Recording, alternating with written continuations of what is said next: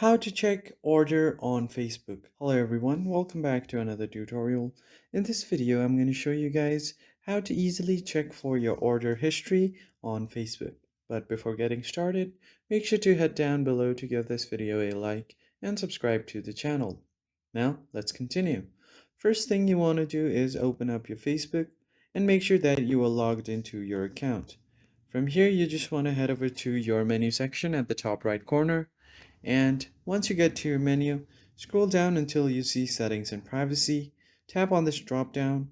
Now here you have different options like your settings, privacy center, your time on Facebook, device request, recent ad activity, and your orders and payments.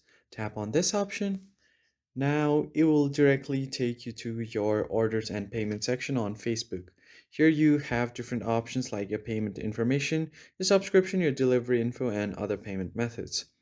So if you have made any previous orders or if you have purchased anything on Facebook, you will find it here.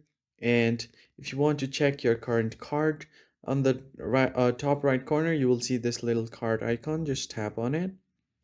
And if you have added any items on your cart, it will show up right here. Right now I haven't done anything, so it's showing me empty. So that's how you can easily check your order history on Facebook.